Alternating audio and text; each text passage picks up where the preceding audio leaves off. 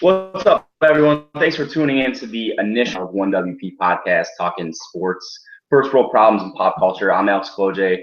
Today, you can call me Devontae Smith-Pelly or the fourth line winger for the Montreal Canadiens, formerly of the Anaheim Ducks. I'm going to be doing this frequently, picking out strictly goon names to kind of tag myself as. So we're going to have some fun with that. Today, I am absolutely ecstatic to bring on my guy, Kyle Morton, today for the initial launch. So, Kyle, how are things, man? Thanks a ton for coming on.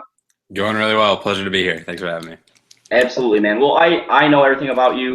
We've linked up about a few months before the Stanley Cup and the playoffs, and I'm a huge fan of your work. Love being acclimated with you and your writing. Huge fan, obviously, over here. So why don't you tell the viewers a little bit about what you cover and where you're at right now, specifically with writing, Kyle? Great, for sure. I really appreciate that. Right now, I'm with the Hockey Writers, covering the Tampa Bay Lightning, doing some day-to-day stuff. I'm also with SB Nation, covering my hometown team, the Carolina Hurricanes. That's more like heavy analytical stuff. I break down film, focus on players, trends, analysis, advanced stats, and all that good stuff we love. So that's basically it. A lot of good stuff over at both of those sites. Definitely worth checking out. Cool. And then one thing, Kyle, obviously, it's a little rare these days to see people covering separate beats in terms of covering NHL teams, rather. Usually you'll have guys from sites covering a specific sector, but how is it covering the Canes and covering the Lightning? How's maybe the preparation from a day-to-day basis on what you're covering in terms of covering your hometown team and the Canes, and then you're covering the Lightning? Do you find it to be any difficulty in that, or is it just kind of come to you in terms of being a hockey fan where it's just like a stroll in the park? Right, definitely a little bit of difficulty. Hard to prioritize, like if they're playing at the same time, which I'm going to watch. But what I do over at Canes Country, SB Nation for the Canes, is I'll do a weekly piece. I'll pick one player, focus on like which way they're trending, if they're doing something interesting. So I'll just key in on a couple of players as I watch over a week. And then with the Lightning, what I'll do is I'll mainly just keep an eye on the trends overall, like with the whole team. I've got some thoughts on the Jonathan Drouin situation right now. Vladdy Nemesnikov is picking up. I'll probably put something out on him. Nikita Nesterov. So just stuff like that. Like my knowledge level isn't as high with Tampa as it is with Carolina, but I've definitely picked up enough to be able to like put good pieces out for sure. Yeah, absolutely. Well, I mean, you're a Carolina guy, you're a Hurricanes fan, and right. I'm sure it comes a little bit easier to you being able to kind of cover the team in your own comfort level. So let's talk about the Canes a little bit. They pick up Noah Hanifin with the 5th pick in the 2015 NHL entry draft. And, I mean, let's face it, you have Dylan Larkin, you have Artemi Panarin, even guys like Max Domi and Anthony Duclair, some of these rookies that are really just kind of, making huge statements early. And Noah Hanifin, being a defender, isn't going to get as much pub as these guys that are putting up a point or a point and a half a night. So right. Let's talk about Hanifin a little bit. 18 years old, 6'3", 205. It's kind of like me being on the ice. I think I get him, and I've watched Hanifin, and I'm a huge Hanifin fan. I mean, 6'3" defender, young, out of Boston College. I've studied his slapper. Mm-hmm. I think there's no doubt in my mind that I get him if we're out in the alley, just kind of shooting some Busch Light cans into the dumpster. I think I get him. I don't know how you feel about that, but let's talk a little bit about Hanifin. Obviously, like I said, he's not getting a ton of publicity right now. Right. A lot of that's the market for sure. No one's like lining up to hear stuff about Carolina's rookie defenseman, but fair or not, the thing that sticks out him the most when you see him play is his wheels. There's just an unreal set of skates on that kid. You watch him play, he'll rush the puck up. He'll be through the neutral zone less than 2 seconds into the offensive zone, generating chances. One thing, they've already entrusted him quarterbacking the power play on the top unit, which has led to Justin Falk having 12 power play goals, which is second in the NHL to Patrick Kane at the moment. So the coaching level has a very high level of trust in him, which I find to be very interesting. He's a very mature kid too. Like listening to him in interviews, he really gets it. He gets the game. He gets what he has to do. He's been living with Nathan Gerbe, who is also a Boston College product, so there's a little connection there. He's been teaching him how to adjust to the rigors of the NHL schedule, because it's a big adjustment going from the college game to the NHL game, where in college you're playing every weekend, 35 games a season. Now he's already played 40 in Carolina, and it's 40 more coming up. So just like that, the transition hasn't been flawless, but it's not going to be with any rookie defenseman. But I definitely there's no reason to doubt the upside of a top pairing left-handed defenseman there at all. Absolutely. And I think when you look at the Carolina Hurricanes right now, obviously it's the middle of the pack team, the Eastern Conference, looking for that spark plug to kind of get them over the hump. I think you've seen some teams, obviously Kyle, like Florida and Ottawa. Some of these teams, even the Islanders, that have made a jump over the past year or two, or even this year. I'm a big Noah Hanifin guy. I want a black alternate jersey. I think the black alternate.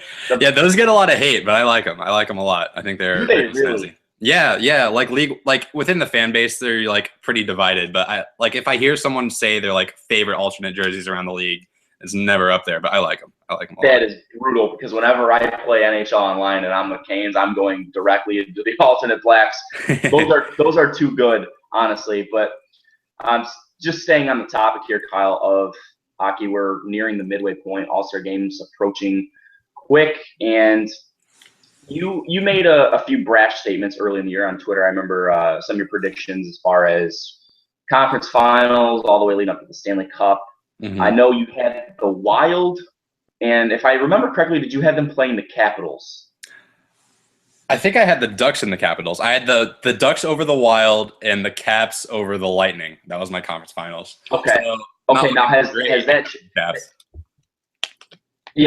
has that changed? Or I mean, obviously it's way too early right now to say, but if you were to make a prediction right now in who could maybe get hot late, because obviously some of these teams are going to fall off, some teams are going to get hot. Mm-hmm. Teams are experiencing their slumps, their mid-season slumps. Some teams are getting hot. What do you see playing out? Do you have a pairing right now that you would either like to see in the finals or that you think would be in the finals? The pairing that I would like to see in the finals, and I think everybody would like to see in the finals, would be Washington against Dallas. I think that would be as high octane as it gets, I think. But what I'm expecting to see at the moment is Washington, Los Angeles. I think LA might be a little more conducive with their style of play to the playoffs than Dallas at this point. But, I mean, you got to keep an eye on the Blackhawks also. Like, they're not going anywhere. They've won 9 straight now. No one would be surprised if they come out of the West. I would be surprised if someone other than Washington comes out of the East. Holtby's rocking like a .933 save percentage right now. Ovechkin's not even leading the league and not even leading the team in points. So Evgeny Kuznetsov, Nick Backstrom, Marcus Johansson, TJ Oshie, they're all scoring by the boatload. Ovechkin's on fire. I don't see anyone beating them in the East. But if I had to pick a team out of the East to get hot at the right time, I probably still would stick with Tampa Bay. They've had all the issues in the world this year, but they're starting to click a little bit now. Yeah. I would go. Yeah. Tampa Bay seems like one of those teams that really just nobody's talking about right now. Mm-hmm. I mean, I wouldn't call it a one-trick pony last year with the triplets line, but the scoring has just been so down this season, and I feel like nobody's really talking about them. Could be a team that can get hot late. I love watching the Capitals play. I mean, they are just goons. An arsenal full of goons, and I would love to see them. If Dallas, the only thing with me is I just feel like Dallas, once playoff comes and they can't score, say 3 or 4 goals a game, and they get ousted in the playoffs. Obviously, that's the major obstacle in the catch-22 with the Stars, but I think it's going to be a great. I think it's wide open right now. I really do, and I think we're going to see some team, whether it be in the West or the East, come out of nowhere. I would love to see a team. I can't right now, but watch the Avalanche. I think it's like the Western Conference Finals. I think that'd be great. Lose in like Game 7 of overtime, and Patrick Waugh starts beer bonging chloroform right on the bench. I would That'd love be outstanding. That. It would. So Kyle, we cover the sports, and I had just recently, about 2 weeks ago, dialed up a post, and I'll be honest, D2 Mighty Ducks pretty much sums up my youth. Right. One of my favorite movies to this day. I could talk about it. I could get in depth with it for decades. And one thing that I noticed in D2 was that I didn't like Gordon Bombay's shootout lineup.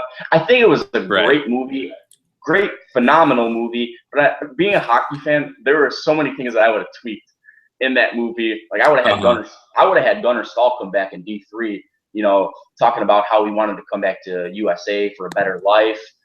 Ends up being on the Banks Conway line, but obviously stuff like that doesn't happen. Um, so, so of course, what I wanted to ask you, Kyle, something that's just really been bugging me, and even I've had a ton of time to think about this, and I'm still kind of stumped. But if you were to pick a captain and 2 assistant captains on the D2 Mighty Duck squad, name them right now. You're Bombay. You got the hot hand. You got the AOK. Who are you dishing the C and the A's out to? I think the captain has to be Adam Banks. I mean, he's the best player on the team, just hands down the best player on the team.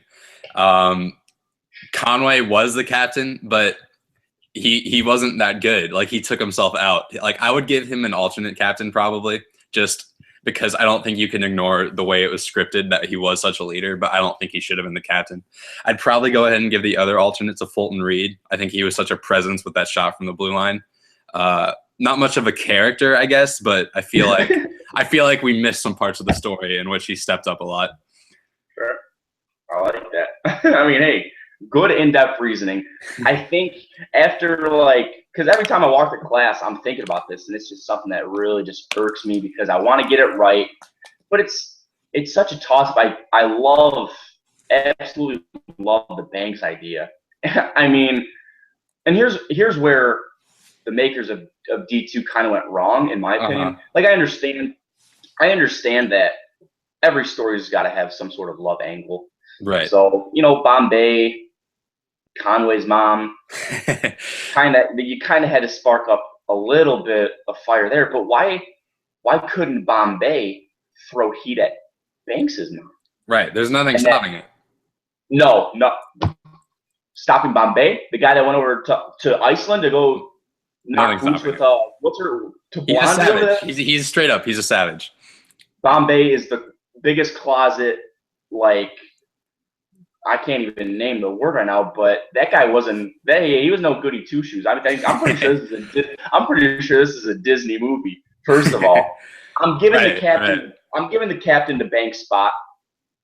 He transitioned to the Ducks in D2, got a spot on the team. He's obviously the biggest playmaker on the team. I think he rightfully deserves it. He was playing with a fracture in his wrist in D2 for the Scouts. I think there's no doubt in my mind he gets this. I would kill off Conway in D1. Charlie Conway should have been Jesse Hall's brother and not made him into D2. And that's where my first assistant captain comes in. Give me Jesse Hall. Able character, consistency. I'm looking for consistency and grit.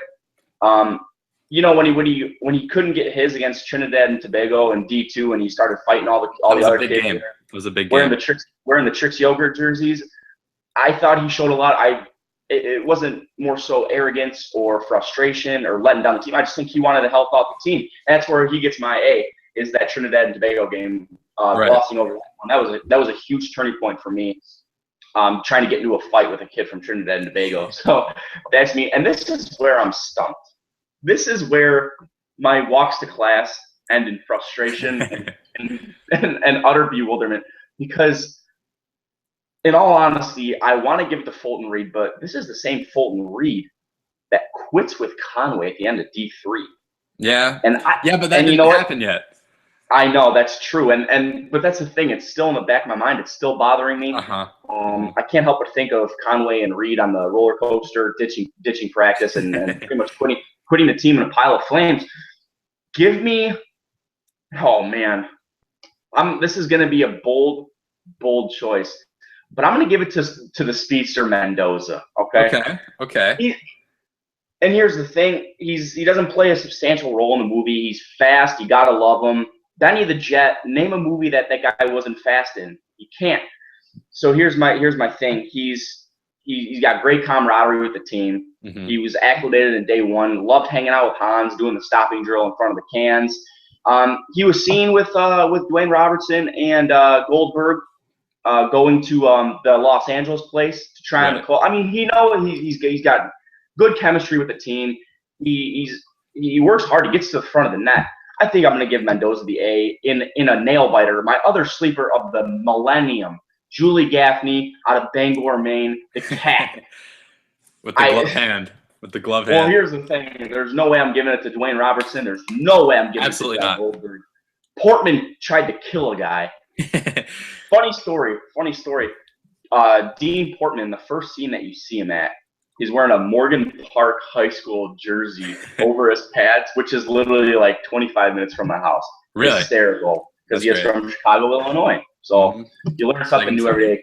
You learn something new every day, Kyle. I'm glad we're both on the same page with Banks, though. I think that is an absolute no-brainer. It has to be. He changed the culture in D1. He changed the culture of that team like that. He did. I mean, oh man, when he was on, I can't even think about when before Banks came to the Ducks, and he was scraping District 5 or whatever they were, District 10. District 5. It was District 5.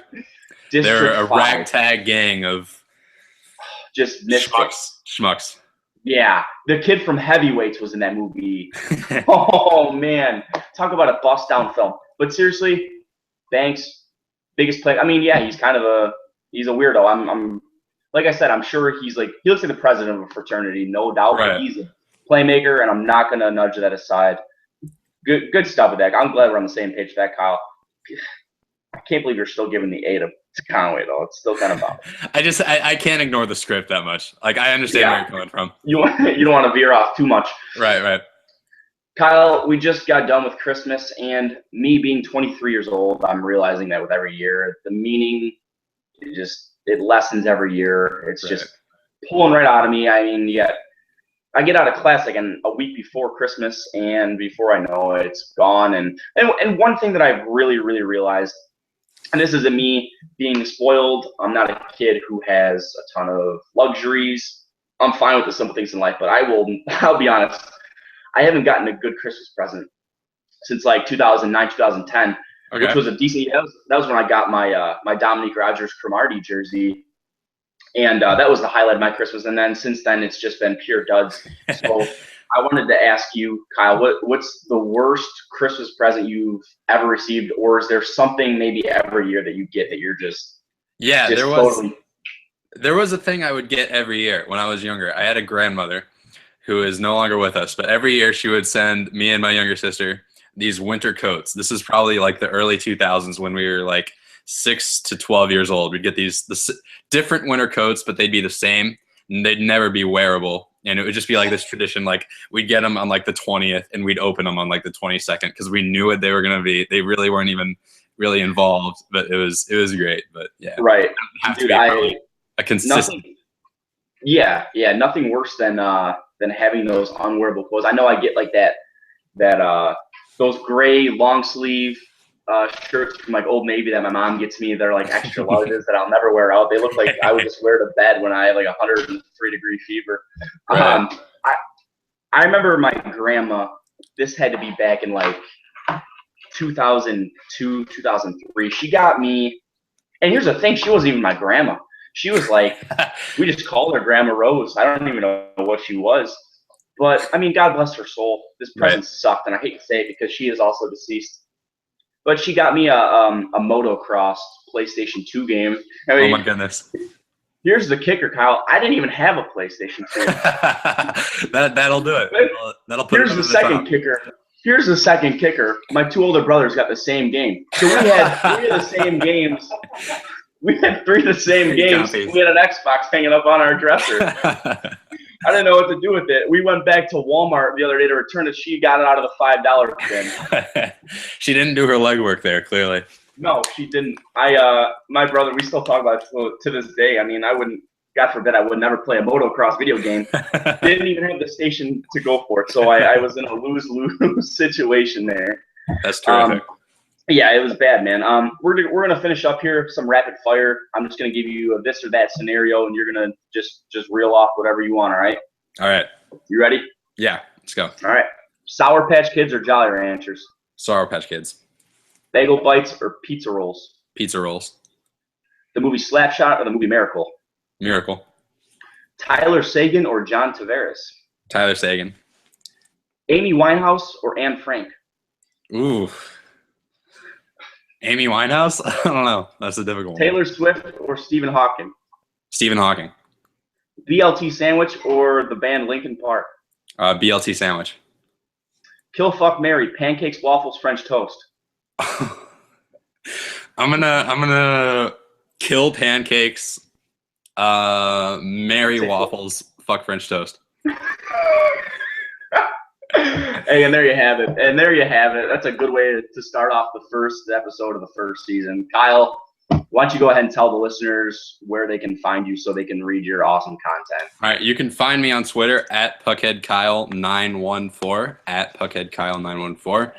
The Hockey Writers under my author page, which will be Kyle Morton, and CanesCountry.com.